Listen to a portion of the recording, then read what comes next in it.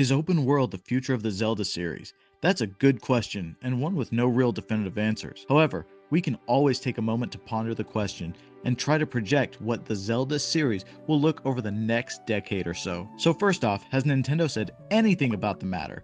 Do we have any kind of official statement or anything? Well, we do actually. In a 2017 interview with the Japanese magazine Famitsu, series producer Eiji Aonuma stated that, "I think that in the future, open-air games will be the standard for Zelda." Ah, well there we have it I guess. Cue the end credits, right?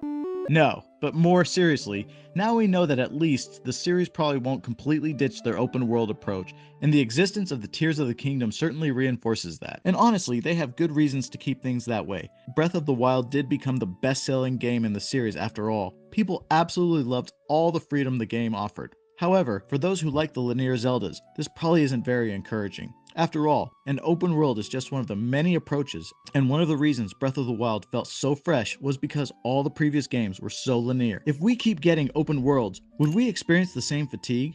It's possible, but I think that's a pretty easy solution for this. In fact, it's been there for a long time, and has shown itself to be alive just a couple of years ago. I'm talking about 2D Zelda. With the release of Link's Awakening on the Game Boy, the Zelda series has been separated into two. On one hand, you had games that were released on home consoles like A Link to the Past, and the handheld titles like the aforementioned Link's Awakening. Despite being on wildly different hardware, the two games were still traditional, top-down 2D Zelda games. However, the gap between home and handheld release would widen with the jump to 3D. So now you have the Ocarina of Time on the home console, a game fully rendered in 3D, while on the Game Boy Color, you had the Oracle of Ages and Seasons 2D top-down game. During the age of Wind Waker, you had Minish Cap and the Four Swords games. While you had Twilight Princess on GameCube and Wii, you also had the Phantom Hourglass and Spirit Tracks on the DS.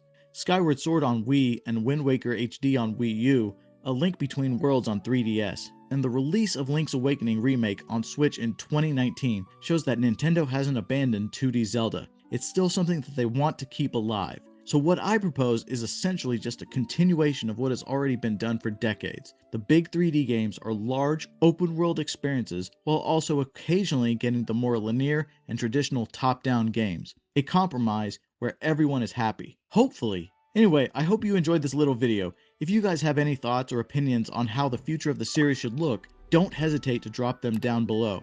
This was Danny, and I hope to see you in the next video.